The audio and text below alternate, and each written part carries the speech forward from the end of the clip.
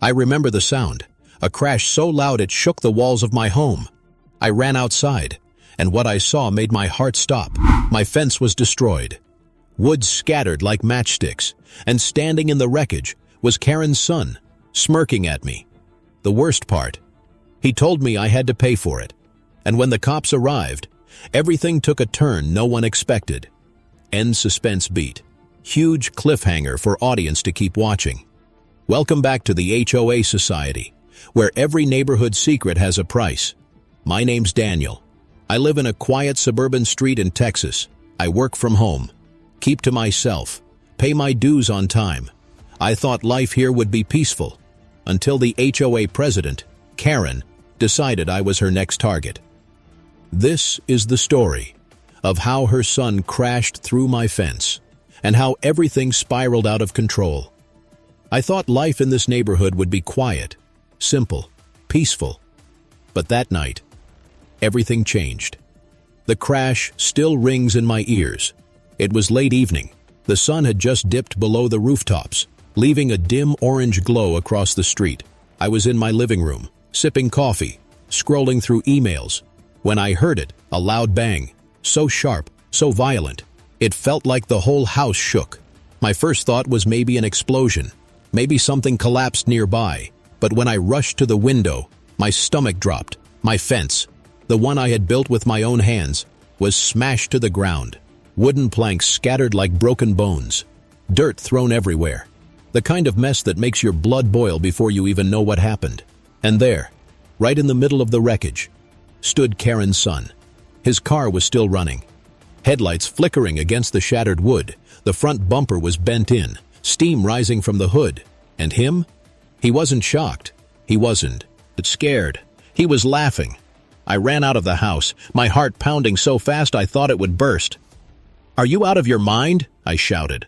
He looked at me, that smug grin on his face, and shrugged like it was nothing, like smashing into someone's property was a joke. Before I could say another word, my neighbor across the street peeked out from behind her curtain. Others stepped onto their porches, whispering. But no one came closer. That's how it always was here. Everyone curious, but too afraid to get involved, because this wasn't just any teenager. This was Karen's son, Karen, the queen of the HOA, the woman who fined me once because my trash can was left out 2 minutes past pickup, the woman who told my neighbor his shutters were too blue. The woman who smiled at every block party, while handing out violation notices like party favors, and now her son had destroyed my fence. I told him he'd have to pay for it. I told him I was calling his mother immediately, but he just leaned against his dented car and said, "Nah, it's your problem." My fists clenched, my blood boiling. But before I could argue more, she appeared. Karen walked fast, her heels clicking against the driveway like a warning bell. Her perfect blonde hair didn't move an inch. Her lips pressed into a tight smile, and behind that smile, I could already feel the storm coming. "Oh dear," she said, her voice dripping with fake sympathy. "What a shame about your fence." I started to explain, but she cut me off with a laugh. "Of course you'll be fixing it right away. HOA rules require a safe and secure yard. You know that, don't you?" I couldn't believe what I was hearing. Her son was standing right there, his car halfway in my backyard, and she was blaming me? I pointed to the wreckage, the tire marks, the steaming hood. "Your son did this," I said. She tilted her head, that same smug look her boy had. "Oh no, my son says he was swerving to avoid a stray dog. The road conditions aren't your fault, but the fence being weak, well, that's on you." Neighbors whispered louder now. I could hear their gasps, their disbelief, but no one stepped forward. No one wanted to go against Karen. I wanted to scream. I wanted to drag her son by the collar and make him admit what he'd done. But I knew how this worked. Karen had the board behind her. Karen had the power. And if I wasn't careful, she'd turn this entire mess into a violation against me. That night, I barely slept. I kept replaying the crash, the smirk on his face, the cold way she dismissed me. My fence was ruined. My yard was a disaster. And I knew what was coming next. The fines, and I was right. The next morning, taped to my door, was a bright yellow envelope. HOA violation notice. Unsafe fence. Immediate action required. Penalty, $250. My hands shook as I read it. The ink wasn't even dry from the crash. And she had already fined me. She didn't waste a single second. I wanted to tear it up. I wanted to scream at the top of my lungs. But instead, I stood there in silence, staring at the letter, feeling trapped. And then, I saw him again. Her son, driving by slowly in another car. The dented one now hidden away. He looked right at me, and smirked again. Like this was all a game, like I was the punchline. I couldn't take it anymore. I marched over to Karen's house, knocked hard on the door. She opened it with that same fake smile. "Oh, it's you again," she said. "As I told you, if you don't want more fines, fix the fence." I tried to argue. I tried to explain that her son caused the damage. She leaned closer, her perfume strong enough to choke me, and whispered, "Prove it." My jaw dropped. She knew no one in the neighborhood would stand up to her. She knew she could twist the story however she wanted, and she was daring me to fight back. I walked away, my chest heavy with rage, my head spinning. I felt cornered, but deep down, I also felt something else. Determination, because if there was one thing I knew, it was that Karen couldn't win forever. Not this time. Not when her son had left so much evidence behind. I went back to my yard, looked at the broken fence, the skid marks in the dirt, the shattered wood that clearly showed the direction of impact. Anyone with eyes could see what had happened. And I knew. I had to take this higher. I picked up my phone and dialed. Not Karen, not the HOA office, but the police. And that's when everything started to spiral. I didn't even hesitate when I called the police. My hands were shaking as I held the phone, but my voice was steady. I told them everything. The crash, the fence, the threats. They said an officer would be sent right away. The wait felt endless. I stood outside staring at the wreckage. Neighbors still peeked through their curtains, their eyes following me, but no one dared to come close. The smell of burnt rubber still hung in the air, a reminder of the chaos from the night before. Then, I heard it, the crunch of tires on the street. A police cruiser pulled up slowly, its lights flashing silently, and in that moment, I felt a mix of relief and fear. Relief, because finally someone with authority was here. Fear, because I knew Karen would not go down quietly. The officer stepped out, tall, calm, his eyes scanning the scene. He looked at the broken fence, the skid marks, the dented ground. Then he looked at me. "Sir, what happened here?" I started explaining how I heard the crash, how I came outside and saw Karen's son, how he laughed, how Karen herself tried to blame me. The officer nodded slowly, jotting notes into his pad. But before I could finish, I heard her voice, sharp, loud, cutting through the air like a knife. "Officer, officer, over here!" Karen came striding down the driveway like she owned the entire block. Her son followed behind, his hands in his pockets, that same smug grin plastered across his face. They walked straight toward us, like they were the victims in this story. "Thank goodness you're here," Karen said, her voice dripping with fake concern. "This man is trying to harass my family. He's been aggressive, and now he's making up wild stories." I almost laughed from the shock of it. Aggressive? Me? I was the one standing here with my fence in ruins, my yard destroyed, and she was already spinning lies. The officer turned back to me, waiting. I pointed at the car, still sitting there. Its bumper smashed, wood fragments stuck under the wheels. "Her son drove straight through my fence," I said firmly. "That's the truth. Look at the evidence."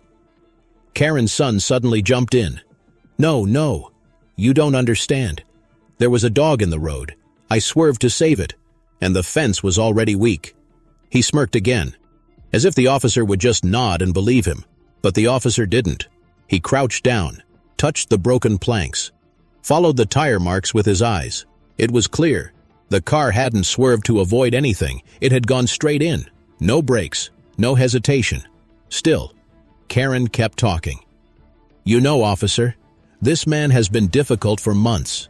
He refuses to follow HOA guidelines. He's had problems with his lawn, his trash, his mailbox. This whole fence situation is just another example of his negligence." Every word felt like poison. She was using her HOA power as a shield, trying to bury me under technicalities and half-truths, but I stood my ground. "My fence was perfectly fine," I said, my voice rising now, "until your son drove through it, and instead of owning up to it, you fined me." The officer raised a hand, calming the air. He asked Karen's son for his license and registration. For the first time, the boy's smile flickered. He pulled it out slowly, clearly annoyed, clearly thinking he was untouchable. The officer ran it through his rad. "Ayo." And as the minutes passed, Karen's confidence began to waver. She shifted on her feet, tapping her manicured nails against her phone. Her eyes darted from the car, to the broken fence, to the neighbors still watching from their windows. I could almost see the panic starting to creep in, because no matter how many lies she spun, the evidence was right there, but she wasn't done yet. "Oh, officer," she said sweetly, "you know, maybe this is just a misunderstanding. I'm sure we can resolve it privately." Her voice was honey, but her eyes were sharp. She wanted to brush it under the rug, hide it, pretend it never happened. The officer shook his head. "No, ma'am. This isn't something that can be ignored. Property damage is serious. And from what I see here, your son is responsible." Her face froze for the first time since I'd known her. Karen didn't have a comeback ready. Her son scoffed, rolled his eyes, muttered something under his breath, but I caught it. He said, "This is so stupid. It's just a fence. Just a fence." Those words hit me like another crash, because to him, it was nothing. To me, it was everything. That fence wasn't just wood and nails. It was the line between my home and the world. It was protection, privacy, safety, and he had destroyed it without a second thought. The officer asked me if I wanted to press charges. Karen's eyes went wide, her lips parting just slightly. She wasn't smiling anymore. Her son wasn't smirking anymore. The power they held over this neighborhood was slipping, right in front of everyone. I took a deep breath. Every eye from every window was on me. For years, Karen had terrorized this street, using rules and fines to control everyone. And now, I finally had the chance to push back. "Yes," I said quietly, then louder. "Yes, I want to press charges." The officer nodded, writing it down, Karen, and gasped, as if I had just committed a crime myself. Her son swore under his breath, his face turning red with anger, and that's when the real show began. Karen's voice shot through the night like thunder. "You can't do this. This man is lying. He has no proof. The HOA will back me up." But the officer stayed calm. He gestured to the broken fence, the car, the skid marks, the wood embedded in the bumper. "The proof is right here," he said. Neighbors leaned further out of their windows now, some even stepping onto their porches. I saw one man, the same one who had been fined last summer for painting his garage door the wrong shade of beige. He was smiling. He was actually smiling at me. Because for once, someone was standing up to Karen. The officer explained the process, how her son would be held accountable, how insurance would cover the damages. Karen's face turned pale, her hands trembling as she clutched her phone. Her son kicked at the dirt, furious, but there was nothing they could do. Still, as the officer walked back to his cruiser, I saw Karen lean close to her son, whispering something, her eyes locked on mine, cold, threatening. And I knew this wasn't over, not by a long shot, because Karen wasn't the type to lose quietly. And if she couldn't beat me with lies, she would come back with something worse. That night, as the cruiser drove away, I stood in front of my broken fence, staring at the dark street for the first time in years. I felt like I had won a battle, but deep inside, I also felt the storm brewing. Karen wouldn't forget this humiliation, and she wouldn't forgive it. I just didn't know yet how far she was willing to go. The morning after the cops left, I thought maybe, just maybe, things would calm down. For the first time in years, Karen had been silenced in front of the whole neighborhood. Her son had been exposed, his lies crushed under the weight of evidence. I went to bed that night feeling like I had finally won, but victories against people like Karen never last long, because when you bruise their pride, they don't back down. They plot. The first sign came on Monday morning. I opened my door and there it was. Another envelope taped to the wood, bright yellow, bold letters across the front. HOA Notice of Violation. My chest tightened as I tore it open. Inside, a fine, this time, for improper yard maintenance. Apparently, the broken fence debris in my yard was considered unsightly and detrimental to the community's appearance. I stared at the paper in disbelief. Her son had destroyed my fence. The police had confirmed it. And now, she was fining me for the mess she created. I crumpled the paper in my fist, heat rising in my face. It wasn't just about money anymore, it was about control. Karen was reminding me that even when she lost, she could still make me suffer. By Wednesday, another notice arrived, this one for trash receptacle placement. She claimed my bin was 2 inches too close to the street, 2 inches. The next day, a violation for excessive weeds, then mailbox paint fading. Every single day that week, a new fine, a new accusation, a new way to chip at my patience. I knew what she was doing. She couldn't fight me in front of the police, so she was using the HOA to bleed me dry. And the worst part? She had the rules on her side. Every technicality, every gray area. She weaponized it. Neighbors saw it happening. I could feel their eyes on me when I walked to my car. Some gave me quick, sympathetic nods. Others avoided me altogether. They were scared. Because if Karen could do this to me, she could do it to anyone. One night, as I sat at my kitchen table with a stack of violation letters spread out before me, I heard a soft knock on the door. It wasn't loud, almost hesitant. I opened it and found my neighbor Paul standing there. Paul was a quiet man, older, retired. He'd lived in the neighborhood longer than anyone. He looked nervous, glancing around before speaking. "Listen," he whispered. "Be careful." I asked him what he meant. He leaned closer, his voice trembling. "Karen called a board meeting last night. They're talking about escalating things, maybe even trying to foreclose if you don't pay the fines." Foreclose. That word hit me like ice water. She wanted my house. She wanted me gone. I thanked Paul. But inside, I was boiling. It wasn't enough for her to win a petty battle. She wanted total destruction. The next morning, I decided to fight back. I gathered every violation notice, every piece of evidence from the crash, every detail from the police report. I planned to appeal to the board formally, to expose her corruption in writing. But Karen was always one step ahead. When I arrived at the HOA office, the receptionist wouldn't meet my eyes. She told me my appeal request had been denied. Denied? Before I even submitted it? That's when I realized Karen had already poisoned the board against me. I walked out of that office feeling trapped again, and that's when I saw her, standing across the street, leaning against her car, watching me. She smiled. Not the polite smile of a neighbor, but the smile of someone who knew she had me cornered. That night, the war escalated further. I found another letter taped to my door, but this one wasn't a fine. It was a warning of escalation. If my violations continued, legal action would follow. She wasn't just threatening anymore. She was promising. I couldn't sleep.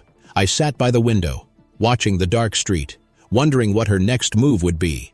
Every sound made me jump. Every car that passed felt like another problem coming my way. Then, around midnight, I heard footsteps, slow, deliberate, crunching against the gravel outside my fence. I peered through the blinds, and there he was, Karen's son, walking past my house, staring right at my window. He didn't knock. He didn't say a word. He just walked by, smirking like a shadow, reminding me that he was still there. The next morning, more fines, improper holiday lights, driveway stains, unapproved garden decorations. It was endless. It was suffocating. But something changed in me that week. I stopped feeling afraid. I stopped second-guessing myself. Every violation notice, every smirk from her son, every whisper from the neighbors, it all fueled me, I realized. Karen was trying to break me, but I wasn't going to break. Instead, I started documenting everything, photos of the wrecked fence, copies of every fine, notes about every board meeting she held. I even recorded Karen's son when he walked by smirking and making little comments under his breath. Because I knew, if I wanted to beat Karen, I couldn't just rely on anger. I needed proof. I needed to build my own case. The neighborhood was changing too. People were watching more closely now. One neighbor quietly slipped a note into my mailbox that said, "We're rooting for you." Another left a photo of her own violation notice from last year, signed with just the initials ML. It wasn't open rebellion. Not yet. But cracks were forming in Karen's control. Still, she wasn't slowing down. At the next HOA meeting, she made a speech about protecting property values and removing problem homeowners. Her eyes locked on me the entire time, every word aimed like a dagger. And when she finished, the board nodded along like puppets. I felt the noose tightening. But then, something unexpected happened. Paul, the quiet old man, stood up. He raised his voice louder than I'd ever heard, and he said, "Karen, enough." The room fell silent. Everyone stared at him. Then at me. Then back at her. Her face turned red. Her hands clenched. She tried to interrupt, but Paul kept talking. He told the board about the crash. He told them about her son. He told them how she was targeting me unfairly for the first time. The board looked unsure. For the first time, Karen didn't have total control. And in that moment, I realized something. Karen wasn't invincible. She could be challenged. She could be beaten. But as I left the meeting, I saw her eyes, cold, furious, burning with hate. She leaned toward one of the board members and whispered something. They both looked at me and nodded. After that HOA meeting, I thought maybe things would finally shift in my favor. Paul had spoken out. Neighbors had started whispering. Cracks were forming in Karen's control, but I should have known better. People like Karen don't lose quietly. They don't let go of power. They double down. The first sign came late one night. I was in my kitchen, lights off, staring out the window and across the street. I saw her. Karen, standing there, arms folded, just watching my house. At first I thought maybe I imagined it, but then she pulled out her phone, snapped a photo, and walked away. No words, no confrontation, just a quiet warning. She was letting me know she was watching. The next morning, I found footprints in the dirt near my backyard. Not mine. Not from the repair crew that had taken a look at the fence. Fresh prints. Deep in the mud. Right by the broken planks. Someone had been snooping. I checked my security camera, but the feed was blank. The wire had been cut clean. I didn't need to guess who did it. Karen had found another way to push me, to remind me that my home wasn't as safe as I thought. That week, the fines didn't stop, but they started to change. They weren't about real issues anymore. They were nonsense, made-up violations that didn't even exist in the rulebook. Improper curtain alignment. Excessive driveway shadowing. Yes, she actually wrote that. It was laughable, but also terrifying, because every fake fine came with a threat of escalation. And she had the board wrapped around her finger. I started keeping a journal, writing everything down, every violation, every strange thing I noticed around the house. Because by now, I realized this wasn't just HOA politics. This was psychological warfare, and it was working. I couldn't sleep at night. Every sound felt suspicious. Every shadow outside my window made me jump. I'd hear footsteps on the sidewalk at odd hours. And when I looked, no one was there. Sometimes I'd see a car parked down the street, engine running, headlights off, sitting for hours, and when I finally stepped outside, it would drive away slowly, but the worst was yet to come. One afternoon, I came home from the store and found something on my porch. A note, no envelope, just folded paper. When I opened it, my blood ran cold. Leave, or we'll make you leave. No signature, no handwriting I recognized, but I didn't need a name to know where it came from. This was Karen's next move. I showed the note to the police, but they shrugged. No fingerprints, no camera footage, no proof. They said it could be kids playing a prank, but I knew better. This was targeted, precise, and meant to break me. The next day, things escalated even further. I woke up to find my car keyed down both sides. Deep scratches running the full length, thousands of dollars in damage. I knew exactly who had done it. But once again, no proof.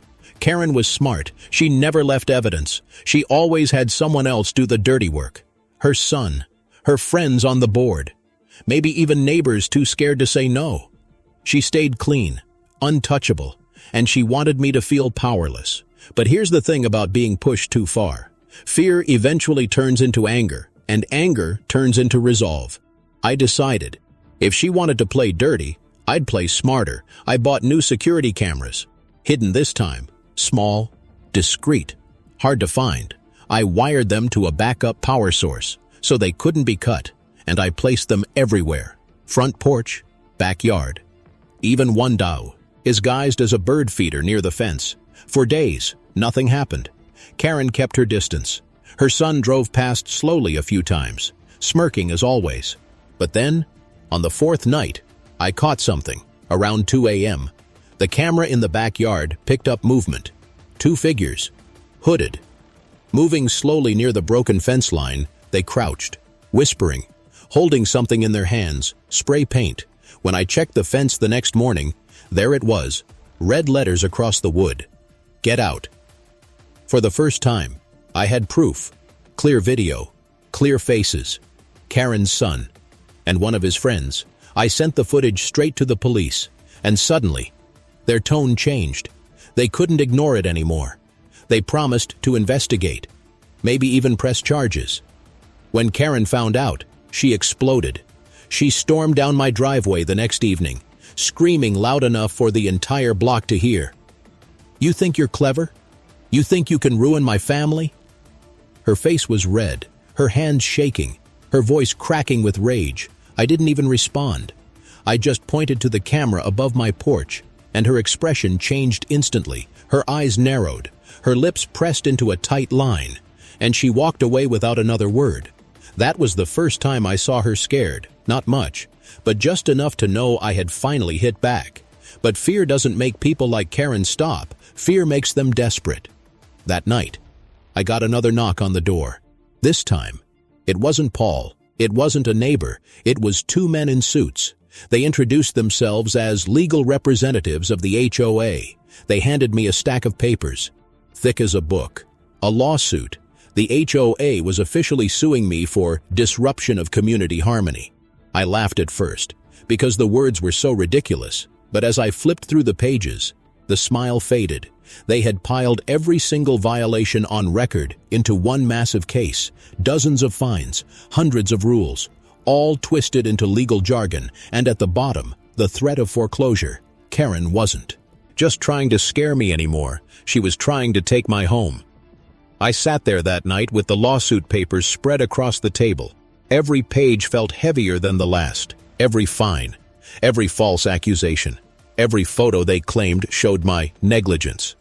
It was overwhelming. But then I remembered something. Karen had always won because people gave up. They folded. They paid the fines. They moved away quietly. But I wasn't like them. I had proof. I had neighbors starting to wake up. I even had the police beginning to pay attention. And most importantly, I had nothing left to lose. So I made a decision that night. If Karen wanted war, I'd give her one. But it wouldn't be on her terms. It would be on mine. The lawsuit papers sat heavy on my kitchen table. Page after page of accusations, petty violations, twisted rules. Every sentence written to make me look like the villain of my own neighborhood. It wasn't just a legal document. It was a weapon, and Karen was holding it with both hands. At first, I felt crushed. The weight of it all pressed against my chest, made it hard to breathe. How could I fight this? I wasn't a lawyer. I wasn't rich. I wasn't powerful like she was. She had the HOA board behind her. She had influence. She had money. All I had was the truth. But sometimes, the truth is enough. I started by organizing everything, every violation notice, every false accusation, every photo of the wrecked fence, every recording I had of her son sneaking around. I made copies, labeled them, stacked them into neat piles, because if Karen wanted a war in court, I was going to fight it with evidence. Then I called a lawyer, not a fancy one, just a local attorney who had dealt with HOA cases before. When I handed him the stack of documents, he raised his eyebrows. "This is a lot," he said slowly, but then he smiled. "And honestly, this might actually work."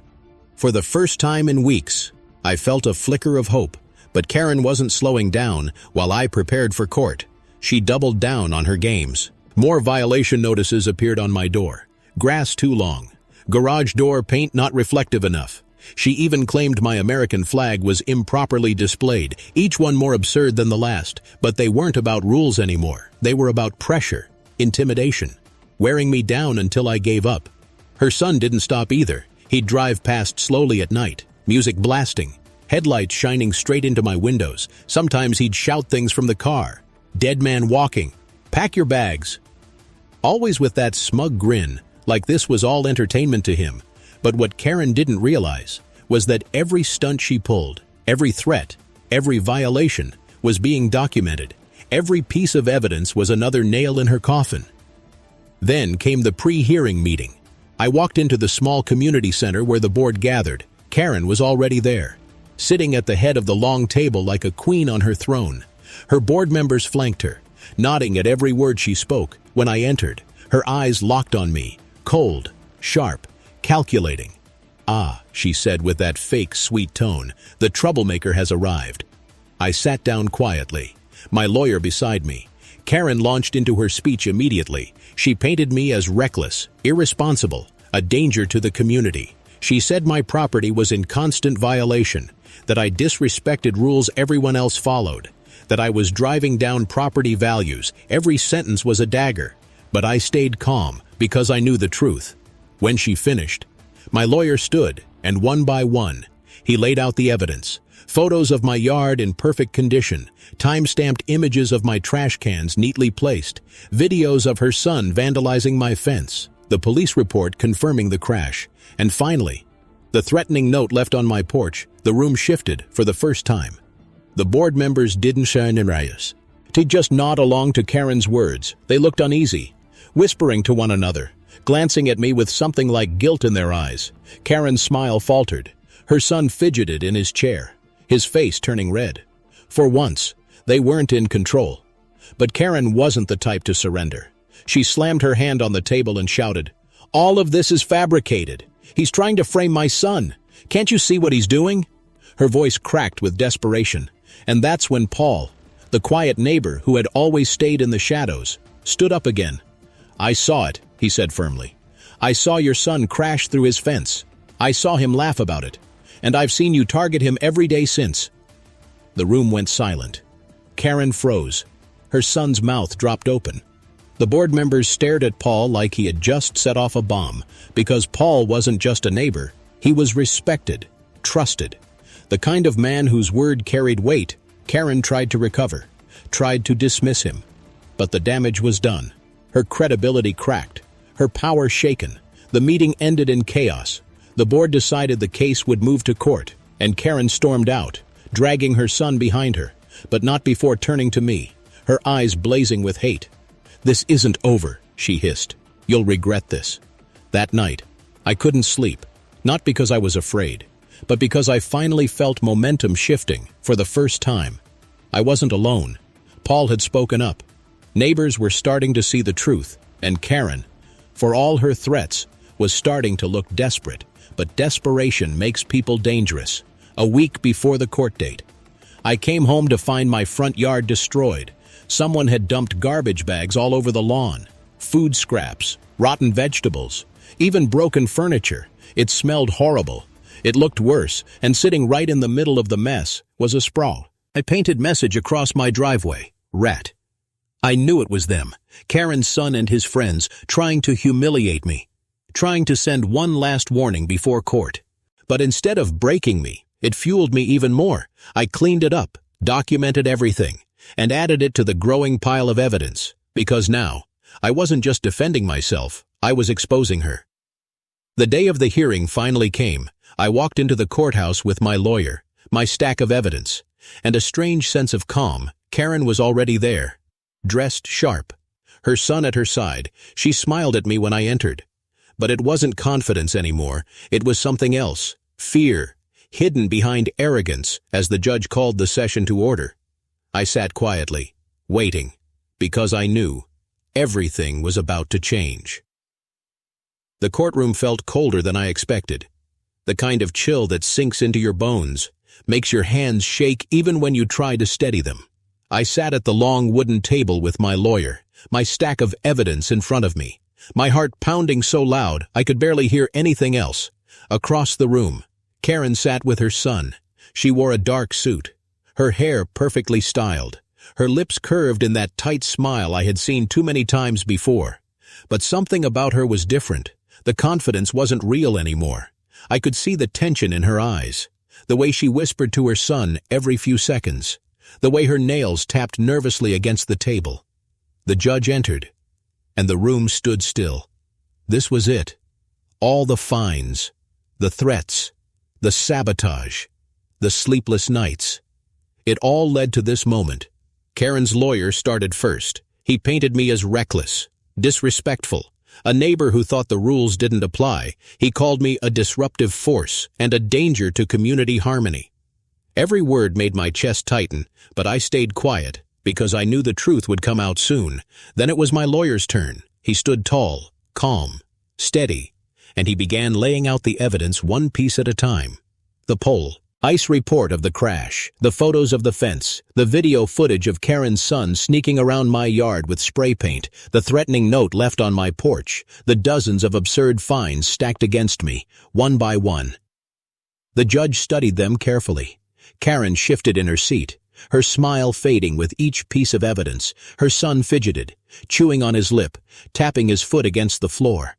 And then, Paul spoke. He had volunteered to testify, the quiet old man who had lived here longer than anyone. He stood with his hands shaking slightly, but his voice steady as stone. He told the judge how he saw Karen's son crash through my fence, how he laughed about it, how Karen immediately blamed me, and then unleashed a storm of fines. The courtroom went silent. Every word Paul spoke landed like a hammer. Karen's face turned pale. Her son looked down at the table, and for the first time, I felt the tide turning. Karen's lawyer tried to tear him down. He asked if Paul really saw clearly, if maybe he was mistaken, if age had blurred his memory, but Paul didn't waver. "I know what I saw," he said firmly, "and everyone on that street knows how Karen runs the HOA." The judge leaned back in his chair, hands folded, eyes narrowing at Karen. That's when her mask cracked. She slammed her hand on the table. "This is ridiculous," she shouted. Her voice echoed across the courtroom. "My son is innocent. That man is lying. This entire case is a conspiracy against me." The judge raised his eyebrows, surprised at her outburst. Her lawyer tugged at her sleeve, whispering for her to calm down. But Karen wasn't calming down. She stood up, pointing across the room at me. "He's been a problem since the day he moved in. He thinks he's above the rules. He's trying to destroy me." Her voice shook with fury, her face red, her hands trembling. And in that moment, I realized this wasn't about the fence anymore. It wasn't even about the fines. This was about control. Karen couldn't stand losing it. She couldn't stand being exposed. The judge finally spoke. "Mrs. Reynolds, sit down." His voice was stern, sharp, and for the first time, Karen obeyed. When the testimonies ended, the room fell quiet. The judge flipped through the evidence again, page after page, photo after photo. Every second felt like an hour. I sat frozen in my seat, afraid to move, afraid to even breathe. Finally, he spoke. "I've reviewed the evidence, and it is clear that the violations against the defendant were excessive, inconsistent, and in some cases, fabricated." His eyes flicked toward Karen, and her face went blank. "It is also clear that the damage to the defendant's property was caused directly by Mrs. Reynolds' son." A ripple went through the courtroom. Karen gasped softly. Her son muttered something under his breath. And me? For the first time, I felt a weight lift from my chest, but the judge wasn't finished. "Therefore, the fines issued against the defendant are null and void, and the HOA is ordered to cover the cost of fence repairs." The words hit like thunder. I had won. After months of harassment, after endless nights of fear and anger, I had finally beaten her. But before I could even smile, the judge added one more thing. and due to evidence of harassment and misconduct, the court recommends a formal review of the HOA board's leadership. Karen's head snapped up, her eyes wide, her mouth opening but no words coming out. A review of her leadership, her kingdom was crumbling. When the gavel hit the desk, the case was over. Neighbors who had come to watch whispered to each other. Some even smiled in my direction. Paul patted my shoulder gently, his eyes shining with quiet pride. I shook his hand, grateful beyond words. But Karen, she didn't leave quietly, as the room emptied. She leaned close to me. Her voice was low, sharp, filled with venom. "You think this is the end? This is just the beginning." Then she grabbed her son's arm and stormed out, her heels clicking angrily against the floor, her fury trailing behind her like smoke. I stood there, papers in hand, victory in reach, but her words echoing in my mind, because I knew she meant it. Karen wasn't finished. She had lost in court. But she wouldn't stop there. She would come back. She always did. That night. I walked into my quiet house, set the court papers down on the table, and stared out the window into the dark street. For the first time in months, my fence would finally be repaired. My name cleared, but I couldn't shake the feeling that this battle wasn't over. It had only changed, because when someone like Karen loses power, they don't disappear. They fight in the shadows. And I had no idea what she was planning next, after the courtroom victory. I thought maybe life would finally return to normal, for the first time in months. I slept without waking at every noise. The fence was repaired. The ridiculous fines were gone. The board was rattled. It felt like I had actually beaten Karen. But deep inside, I knew better. Karen wasn't the kind of person to let go. When you take away power from someone like her, they don't vanish. They wait. They plot. They strike again. The first week after the trial was quiet, almost too quiet. No violation letters.